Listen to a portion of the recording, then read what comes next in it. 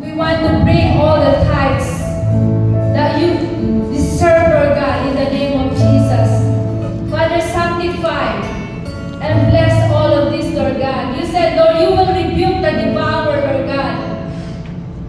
All the sicknesses, Lord God, you will rebuke them, Lord, if we obey you in this area. This is just only one area of our worship, Lord God. Let us continue, Lord, to be a giver.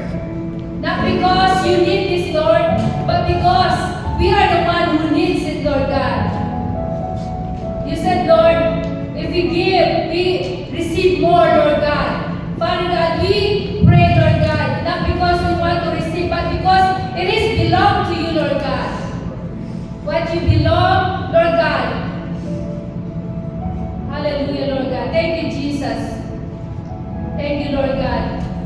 And I hope and pray, Lord God, all of us will always understand, Lord, this ministry of giving, Lord God, in the name of Jesus. Thank you, Father God. Bless and sanctify what we are going to give right now, Lord. Bless our lives, physically, mentally, in all areas, Lord God. Financially, bless your people, Lord God, to continue to give what belongs to you.